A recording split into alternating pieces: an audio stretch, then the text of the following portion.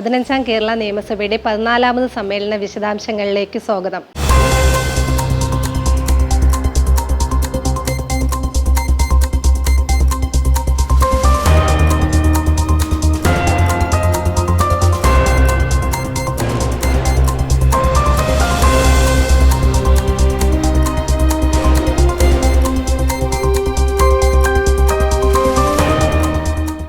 ചോദ്യോത്തര വേളയിൽ ചോദ്യങ്ങളുടെ പട്ടികയിലെ 5 ചോദ്യങ്ങൾക്കാണ് മന്ത്രിമാർ ഇന്ന് സഭയിൽ വാക്കാൽ മറുപടി നൽകിയത്.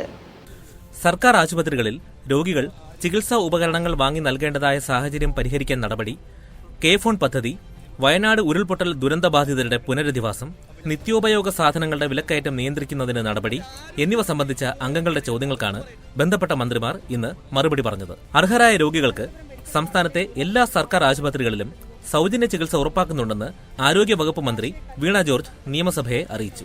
വിവിധ ആരോഗ്യ സ്കീമുകളിൽ ഉൾപ്പെടുന്ന രോഗികൾക്ക് ചികിത്സാ ഉപകരണങ്ങൾ സ്വന്തം ചിലവിൽ വാങ്ങി നൽകേണ്ടതില്ല. ഇക്കാര്യം ആശുപത്രി സൂപ്രണ്ടുമാർ ഉറപ്പുവരുത്തണമെന്നും അല്ലാത്തപക്ഷം നടപടിയുണ്ടാകുമെന്നും മന്ത്രി വ്യക്തമാക്കി.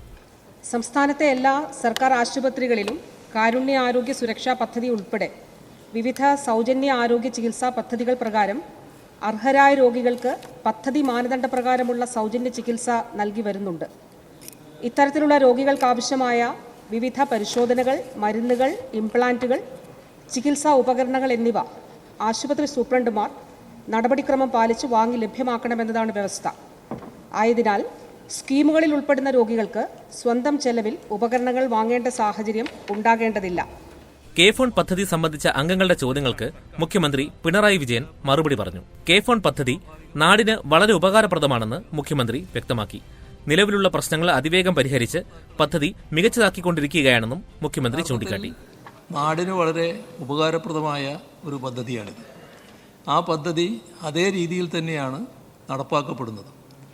അവിടെ നാം ശ്രദ്ധിക്കേണ്ട ഒരു കാര്യം, ഈ മേഖല അത് വലിയ തോതിൽ സ്വകാര്യ മേഖല ഇടപെടുന്നൊരു രംഗമാണ്. അവരുമായുള്ള ഒരു മത്സരം സാധാരണഗതിയിൽ ഒരുപാട് മറ്റു പ്രചരണങ്ങൾക്ക് വഴിവെക്കും.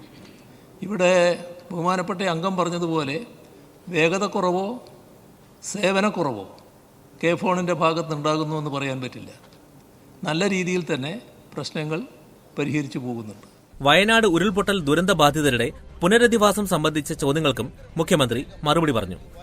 ദുരന്തബാധിത പ്രദേശത്തെ സേഫ് സോണുകളിൽ വൈദ്യുതിയും ഗതാഗത സൗകര്യവുമടക്കം ഒരുക്കി വരികയാണെന്നും പുനരധിവാസ പദ്ധതി സമയബന്ധിതമായി പൂർത്തിയാക്കുമെന്നും മുഖ്യമന്ത്രി നിയമസഭയെ അറിയിച്ചു. സർ, പദ്ധതി സമയബന്ധിതമായി പൂർത്തീകരിക്കാനുള്ള എല്ലാ സംവിധാനങ്ങളും ഒരുക്കിയിട്ടുണ്ട്.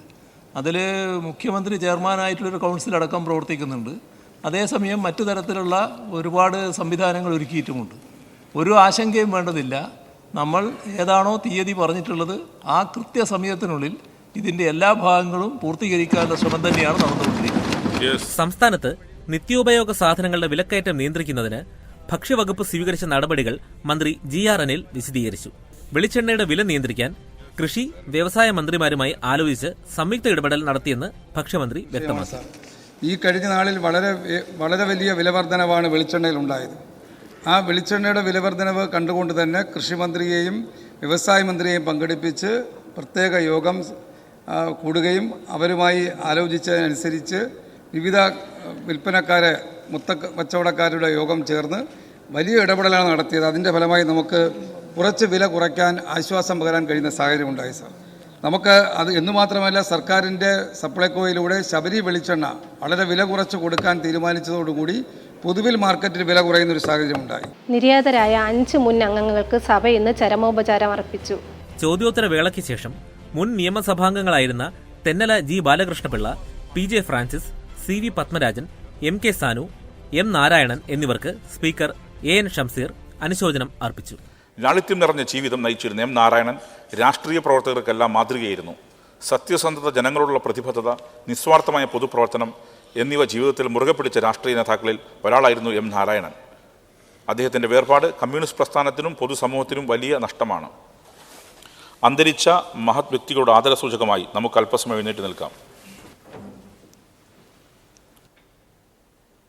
15ാം കേരള നിയമസഭയുടെ 14ാമത് സമ്മേളനത്തിലേക്കുള്ള ചെയർപേഴ്സൺമാരുടെ പാനലിനെ സ്പീക്കർ നാമനിർദ്ദേശം ചെയ്തു. ചെയർപേഴ്സൺമാരുടെ പാനൽ. ഓർഡർ. ബഹുമാനപ്പെട്ട അംഗങ്ങളായ Shri KP Kunhammadkutty master, Shri VR Sunilkumar, Shri Kurukkoli Moideen എന്നിവരെ 15ാം കേരള നിയമസഭയുടെ 14ാം സമ്മേളനത്തേക്കുള്ള ചെയർപേഴ്സൺമാരുടെ പാനലിലേക്ക് നാമനിർദ്ദേശം ചെയ്തിരിക്കുന്നു. സംസ്ഥാനത്തെ പോലീസ് കസ്റ്റഡി മർദ്ദനങ്ങൾ സഭ നിർത്തിവെച്ച് ചർച്ച ചെയ്യണമെന്ന ഉപക്ഷേപത്തിന് സ്പീക്കർ അനുമതി നൽകി.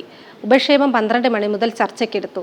യൂത്ത് കോൺഗ്രസ് ചൊവ്വന്നൂർ മണ്ഡലം പ്രസിഡന്റ് സുജിത്തിനെ കുന്നംകുളം പോലീസ് മർദ്ദിച്ചതായും സംസ്ഥാനത്ത് പോലീസ് ലോക്കപ്പ് മർദ്ദനത്തിൻ്റെ പരാതികളും തെളിവുകളും പുറത്തു വന്നിട്ടും പോലീസുകാർക്കെതിരെ നടപടികൾ സ്വീകരിക്കുവാൻ തയ്യാറാകാത്തതുമായി പറയപ്പെടുന്ന സാഹചര്യം ചർച്ച ചെയ്യുന്നതിന് നടപടികൾ നിർത്തിവെക്കണമെന്ന ഉപക്ഷേപം പരിഗണനക്കെടുക്കണമെന്നാവശ്യപ്പെട്ട് സർവശ്രീ Roji M. John, KP A. Majeed, Mons Joseph, Anoop Jacob, Mani C. Kappan, Shrimati KK Rama എന്നീ ബഹുമാനപ്പെട്ട അംഗങ്ങൾ റൂൾ 50 പ്രകാരം നോട്ടീസ് നൽകിയിട്ടുണ്ട്. ചട്ടം 50 പ്രകാരം ഇന്ന് ലഭിച്ച നോട്ടീസിലെ ഉന്നയിക്കപ്പെട്ട വിഷയത്തിന്മേൽ ചർച്ചയാകാമെന്ന് ബഹുമാനപ്പെട്ട മുഖ്യമന്ത്രി അറിയിച്ചതിൻ്റെ അടിസ്ഥാനത്തിൽ അത് സംബന്ധിച്ച് ചട്ടം 55 അനുസരിച്ചുള്ള ഉപക്ഷേപം 12 മണിക്ക് ചർച്ചയ്ക്കെടുക്കുന്നതാണ്. 2 മണിക്കൂറായിരിക്കും ചർച്ച. അമേരിക്കയുടെ അധിക ഇറക്കുമതി തീരുവ നയം മൂലം കേരളത്തിനുണ്ടായ പ്രതിസന്ധികളെ സംബന്ധിച്ച് കേന്ദ്രത്തിന്റെ ശ്രദ്ധയിൽപ്പെടുത്തുന്നതിന് ശ്രീ PP ചിത്തരഞ്ജൻ അവതരിപ്പിച്ച ശ്രദ്ധ ക്ഷണിക്കലിന് ധനമന്ത്രി മറുപടി നൽകി. കേരളത്തിൻ്റെ സമ്പദ്ഘടനയെയും നമ്മുടെ ജനജീവിതത്തെയും ഏറെ ആഴത്തിൽ ബാധിക്കുന്ന ഒരു സാഹചര്യമാണ് ഇപ്പോൾ ഉയർന്നു വന്നിട്ടുള്ള ചുങ്കവുമായി ബന്ധപ്പെട്ട വിഷയം. കേരളത്തിൻ്റെ സമ്പദ് വ്യവസ്ഥയിൽ ഏറെ സ്വാധീനമുള്ള മേഖലകളെ അമേരിക്കയുടെ പുതിയ താരിഫ് നയം ബാധിക്കും എന്നുള്ളത് വളരെ വ്യക്തമാണ് സർ. നമുക്ക് സമുദ്രോൽപ്പന്നങ്ങൾ, സുഗന്ധവ്യഞ്ജനങ്ങൾ, കശുവണ്ടി, കയർ, തേയില തുടങ്ങിയ മേഖലകളിൽ താരിഫ് നയം ബാധിക്കുമെന്നാണ് വിലയിരുത്തപ്പെടുന്നത്. ഇവയെല്ലാം നമ്മുടെ കാർഷിക പരമ്പരാഗത തൊഴിൽ മേഖലയുമായി ബന്ധപ്പെട്ടിരിക്കുന്നു. ഇന്ത്യയുടെ സമുദ്രോൽപ്പന്ന കയറ്റുമതിയുടെ 12-13% കേരളത്തിൽ നിന്നാണ്. നിലവിലുള്ള കൗണ്ടർ വെയിലിംഗ് തീരുവകൾക്ക് പുറമെ US ആൻറ്റി ഡംപിംഗ് തീരുവകൾ 1.4% നിന്ന് 4.5% വർദ്ധിപ്പിച്ചിട്ടുണ്ട്. സാർ, അമേരിക്കയിൽ നിന്നുള്ള ഓർഡറുകൾ റദ്ദാക്കൽ, കോൾഡ് സ്റ്റോറേജുകളുടെ സ്റ്റോക്ക് കുമിഞ്ഞുകൂടൽ, സംസ്കരണ സംവിധാനങ്ങളുടെ ഉപയോഗനിരക്ക് 20% താഴെയായി കുറയാൻ തുടങ്ങി പ്രത്യാഘാതങ്ങൾ ഉണ്ടായാൽ ദശലക്ഷങ്ങൾ പണിയെടുക്കുന്ന ഈ മേഖലയിൽ വലിയ തോതിൽ തൊഴിൽ നഷ്ടമുണ്ടാകും. ഇതിനകത്ത് ഭൂരിഭാഗവും വനിതകളാണ് പണിയെടുക്കുന്നത്. ഇവരുടെ ഉപജീവന മാർഗം നേരിട്ട് ഭീഷണിയിലാകും. പുറമ്പോക്ക് ഭൂമിയിൽ താമസിക്കുന്ന അർഹരായവർക്ക് പട്ടയം അനുവദിക്കുന്നതിന്റെ ആവശ്യകതയെ സംബന്ധിച്ച് സനുഷ് കുമാർ ജോസഫ് അവതരിപ്പിച്ച ശ്രദ്ധ ക്ഷണിക്കലിന് റവന്യൂ മന്ത്രി മറുപടി നൽകി. പൊതുതാൽപര്യം മുൻനിർത്തി ചട്ടങ്ങളിൽ ആവശ്യമായ ഭേദഗതി വരുത്തി പട്ടയം നൽകുന്നതിന് നടപടികൾ സ്വീകരിക്കണമെന്ന് ഞാൻ ഈ ശ്രദ്ധ ക്ഷണിക്കലിലൂടെ ആവശ്യപ്പെടുകയാണ്. 9 വർഷം കൊണ്ട് 4,995 പട്ടയം കൊടുത്ത അസാമാന്യമായിട്ടുള്ള ചരിത്രത്തിൻ്റെ അവകാശം പേറാവുന്ന ഒരു ഗവൺമെൻറ്റാണ് സാർ ഇടതുപക്ഷ ജനാധിപത്യ മുന്നണിയുടെ ഈ ഗവൺമെൻറ്. അതിൽ ഈ 4 വർഷക്കാലം കൊണ്ട് മാത്രം 2,23,945 പട്ടയങ്ങൾ വിതരണം ചെയ്തു. ഇന്ന് സഭയിൽ വന്ന 7 സബ്മിഷനുകൾക്ക് അതത് വകുപ്പ് മന്ത്രിമാർ മറുപടി നൽകി.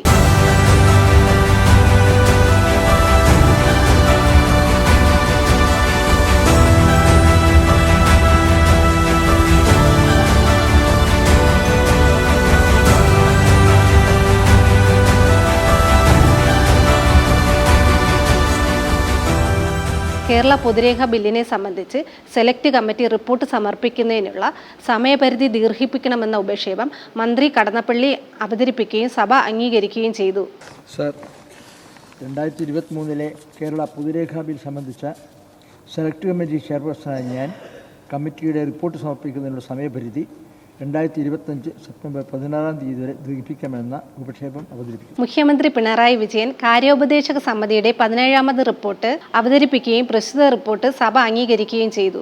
കാര്യോപദേശക സമിതിയുടെ 17ാമത് റിപ്പോർട്ട് ഞാൻ സമർപ്പിക്കുന്നു. 2024 കേരള പൊതുവിൽപ്പന നികുതി ഭേദഗതി ബില്ല്, 2025 കേരള സംഘങ്ങൾ രജിസ്ട്രേഷൻ ബില്ല് എന്നിവ ഇന്ന് സഭയിൽ അവതരിപ്പിച്ചു. 2024 കേരള പൊതുവിൽപ്പന നികുതി ഭേദഗതി ബിൽ ധനമന്ത്രി KN ബാലഗോപാൽ ഇന്ന് സഭയിൽ അവതരിപ്പിച്ചു. ചർച്ചയ്ക്ക് ശേഷം ബിൽ സബ്ജക്ട് കമ്മിറ്റിയുടെ പരിഗണനയ്ക്ക് അയച്ചു. 2024 കേരള പൊതുവിൽപ്പന നികുതി ഭേദഗതി ബിൽ ധനകാര്യ വകുപ്പ് മന്ത്രി ശ്രീ KN ബാലഗോപാൽ 2024 കേരള പൊതുവിൽപ്പന നികുതി ഭേദഗതി ബിൽ അവതരിപ്പിക്കേണ്ടതാണ്. സർ, 2024 കേരള പൊതുവിൽപ്പന നികുതി ഭേദഗതി ബിൽ ഞാൻ അവതരിപ്പിക്കുന്നു. ബിൽ അവതരിപ്പിച്ചിരിക്കുന്നു. സംസ്ഥാനത്ത് വീര്യം കുറഞ്ഞ മദ്യമായ ഹോട്ടി വൈൻ ഉൽപ്പാദിപ്പിക്കുന്നതിനും വിൽപ്പന നടത്തുന്നതിനും സർക്കാർ അനുമതി നൽകിയിരുന്നു. ഇത് 2022 ഒക്ടോബർ 5-ാം തീയതി ഉള്ള നികുതി ഉത്തരവ് പ്രകാരം പുറപ്പെടുവിച്ചതും 2023 നവംബർ 3-ാം തീയതിയിലെ 37-45 നമ്പർ കേരള അസാധാരണ ഗസറ്റിൽ പ്രസിദ്ധപ്പെടുത്തിയതായ വിജ്ഞാപന പ്രകാരമാണ്. സർ, അതനുസരിച്ച് ധാന്യങ്ങളൊഴികെ സംസ്ഥാനത്ത് ലഭ്യമായ കാർഷികോൽപ്പന്നങ്ങളിൽ നിന്നും ഹോട്ടി വൈൻ ഉൽപ്പാദിപ്പിക്കുന്നതിനാണ് അനുമതി നൽകിയിരുന്നത്. ഇനി 2024 കേരള പൊതുവിൽപ്പന നികുതി ഭേദഗതി ബിൽ സാമ്പത്തിക കാര്യങ്ങൾ സംബന്ധിച്ച് സബ്ജക്ട് കമ്മിറ്റി 8-ന്റെ പരിഗണനയ്ക്ക് അയക്കണമെന്ന് ഉപക്ഷേപത്തെ അനുകൂലിക്കുന്നവർ പ്രതികൂലിക്കുന്നവർ ഉപക്ഷേപം സഭ അംഗീകരിച്ചിരിക്കുന്നു. ബിൽ സെലക്ട് കമ്മിറ്റി 8-ന്റെ പരിഗണനയ്ക്ക് അയക്കുന്നു. 2025 കേരള സംഘങ്ങൾ രജിസ്ട്രേഷൻ ബിൽ മന്ത്രി കടന്നപ്പള്ളി രാമചന്ദ്രനും അവതരിപ്പിച്ചു. ഈ ബില്ലും ചർച്ചയ്ക്ക് ശേഷം സബ്ജക്ട് കമ്മിറ്റിയുടെ പരിഗണനയ്ക്ക് അയച്ചു. 2025 കേരള സംഘങ്ങൾ registration bill registration museum archaeology വകുപ്പ് മന്ത്രി ശ്രീ രാമചന്ദ്രൻ കടന്നപ്പള്ളി കേരള നിയമസഭയുടെ നടപടിക്രമവും കാര്യനിർവഹണവും സംബന്ധിച്ച ചട്ടങ്ങളിലെ ചട്ടം 69(5) താൽക്കാലികമായി സസ്പെൻഡ് ചെയ്യണമെന്ന ഉപക്ഷേപം അവതരിപ്പിക്കേണ്ടതാണ്. സർ, ഇന്ന് സഭ മുമ്പാകെ അവതരിപ്പിക്കുന്ന 2025 കേരള സംഘങ്ങൾ രജിസ്ട്രേഷൻ ബിൽ അവതരണത്തിന് ശേഷം ഇന്ന് തന്നെ പരിഗണിക്കെടുക്കുന്നതിലേക്കായി കേരള നിയമസഭയുടെ നടപടിക്രമവും കാര്യനിർവഹണവും സംബന്ധിച്ച് ചട്ടങ്ങളിലെ ചട്ടം 69(5) വ്യവസ്ഥകൾ താൽക്കാലികമായി സസ്പെൻഡ് ചെയ്യുന്നതിന് ഈ സഭ തീരുമാനിക്കുന്നു എന്ന ഉപക്ഷേപം ഞാൻ അവതരിപ്പിക്കുന്നു. ഇനി 2025 കേരള സംഘങ്ങൾ രജിസ്ട്രേഷൻ ബിൽ സാമ്പത്തിക കാര്യങ്ങൾ സംബന്ധിച്ച് സബ്ജക്ട് കമ്മിറ്റി 8-ന്റെ പരിഗണനയ്ക്ക് അയക്കണമെന്ന ഉപക്ഷേപത്തെ അനുകൂലിക്കുന്നവർ ഉപക്ഷേപം സഭ അംഗീകരിച്ചിരിക്കുന്നു. ബിൽ സബ്ജക്ട് കമ്മിറ്റി 8-ന്റെ പരിഗണനയ്ക്ക് അയക്കുന്നു. ഉച്ചയ്ക്ക് 12 മണി മുതലാണ് ചട്ടം 50 പ്രകാരമുള്ള ഉപക്ഷേപത്തിൽ ചർച്ച നടന്നത്. പ്രതിപക്ഷത്തു നിന്ന് ശ്രീ റോജി എം ജോണും മറ്റ് 5 പേരുമാണ് ഉപക്ഷേപത്തിന് നോട്ടീസ് നൽകിയത്. സംസ്ഥാനത്ത് പോലീസ് ലോക്കപ്പ് മർദ്ദനം സംബന്ധിച്ച നിരവധി പരാതികൾ വന്നിട്ടും കുറ്റക്കാരെ സർവീസിൽ നിന്നും പിരിച്ചുവിടാൻ സർക്കാർ തയ്യാറാവുന്നില്ലെന്നും ഉപക്ഷേപം അവതരിപ്പിച്ച റോജി എം ജോൺ ആരോപിച്ചു. സുജിത്ത് എന്ന് പറയുന്ന ഒരു ചെറുപ്പക്കാരനെ, 29 വയസ്സുള്ള ഒരു ചെറുപ്പക്കാരനെ മൃഗീയമായി തല്ലിച്ചതച്ചു എന്ന് നമുക്ക് വിശ്വസിക്കാൻ സാധിക്കും. ആ മൃഗീയമായ പോലീസ് മർദ്ദനത്തിന്റെ ദൃശ്യങ്ങളാണ് കഴിഞ്ഞ ദിവസം കേരളം കണ്ടത്. ആരോപണ വിധേയരായ പോലീസുകാരെ സർവീസിൽ നിന്നും പുറത്താക്കണമെന്ന് പ്രതിപക്ഷ നേതാവ് വി.ഡി. സതീശൻ ആവശ്യപ്പെട്ടു. ഇപ്പോൾ പുറത്തുവന്ന കേസുകളിൽ ഉത്തരവാദികളായ ആളുകളെ, കുന്നംകുളം കേസിൽ ആ ഉത്തരവാദികളായ ഉദ്യോഗസ്ഥന്മാരെ സർവീസിൽ വെച്ചുകൊണ്ടിരിക്കുക. ഒരു കുഞ്ഞിനോട് ഇത്രയും ക്രൂരമായി ചെയ്ത അവരെ സർവീസിൽ വെച്ചുകൊണ്ടിരിക്കരുത്. കുറ്റക്കാരെ സർക്കാർ സംരക്ഷിക്കില്ലെന്ന് മുഖ്യമന്ത്രി പിണറായി വിജയൻ മറുപടി പറഞ്ഞു. ഞങ്ങൾ ഈ കുറ്റം ചെയ്താൽ ആ കുറ്റം ചെയ്തവർക്കെതിരെ നടപടി സ്വീകരിക്കുന്നുണ്ടോ എന്നുള്ളതാണ്. സർ, അവിടെയാണ് വ്യത്യാസം. നമ്മുടെ പോലീസിൽ ആരെങ്കിലും കുറ്റം ചെയ്തതായി കണ്ടാൽ ഞങ്ങൾ അവരെ സംരക്ഷിക്കുന്നില്ല. അതാണ് ഞങ്ങളുടെ സമീപനം. ആരോപണ വിധേയരായ പോലീസുകാർക്കെതിരെ നടപടിയെടുക്കാത്തതിൽ പ്രതിഷേധിച്ച് പ്രതിപക്ഷം സഭ ബഹിഷ്കരിച്ചു. ഞങ്ങളിവിടെ ഉന്നയിച്ച ആവശ്യം ഈ കുന്നംകുളം കേസിലെ ബന്ധപ്പെട്ട പോലീസ് ഉദ്യോഗസ്ഥരെ സർവീസിൽ നിന്ന് നീക്കം ചെയ്യണമെന്നാണ്. സാർ, അതിന് മുഖ്യമന്ത്രി തയ്യാറാകാത്ത സാഹചര്യത്തിൽ ഞങ്ങൾ നേരത്തെ പ്രഖ്യാപിച്ചതുപോലെ ഈ സഭാ നടപടികൾ ബഹിഷ്കരിച്ച് ഞങ്ങൾ അനിശ്ചിതകാല സത്യാഗ്രഹം 2 MLA-മാരുടെ നേതൃത്വത്തിൽ ആരംഭിക്കുകയാണെന്ന കാര്യം അങ്ങേ അറിയിച്ചുകൊണ്ട് ഞങ്ങൾ ഈ സഭാ നടപടികൾ ബഹിഷ്കരിക്കുന്നു. റോജി എം ജോൺ അങ്ങയുടെ ഉപക്ഷേപം പ്രസ് ചെയ്യുന്നുണ്ടോ? ഉപക്ഷേപം തള്ളിയിരിക്കുന്നു. നടപടി പൂർത്തിയാക്കി സഭ ഇന്നത്തേക്ക് പിരിഞ്ഞു. ഓർഡർ. സഭ ഇപ്പോൾ പിരിയുന്നതും നാളെ രാവിലെ 9 മണിക്ക് വീണ്ടും സമ്മേളിക്കുന്നതാണ്. ഇന്നത്തെ നിയമസഭ വിശേഷങ്ങൾ സമാപിച്ചു. നമസ്കാരം.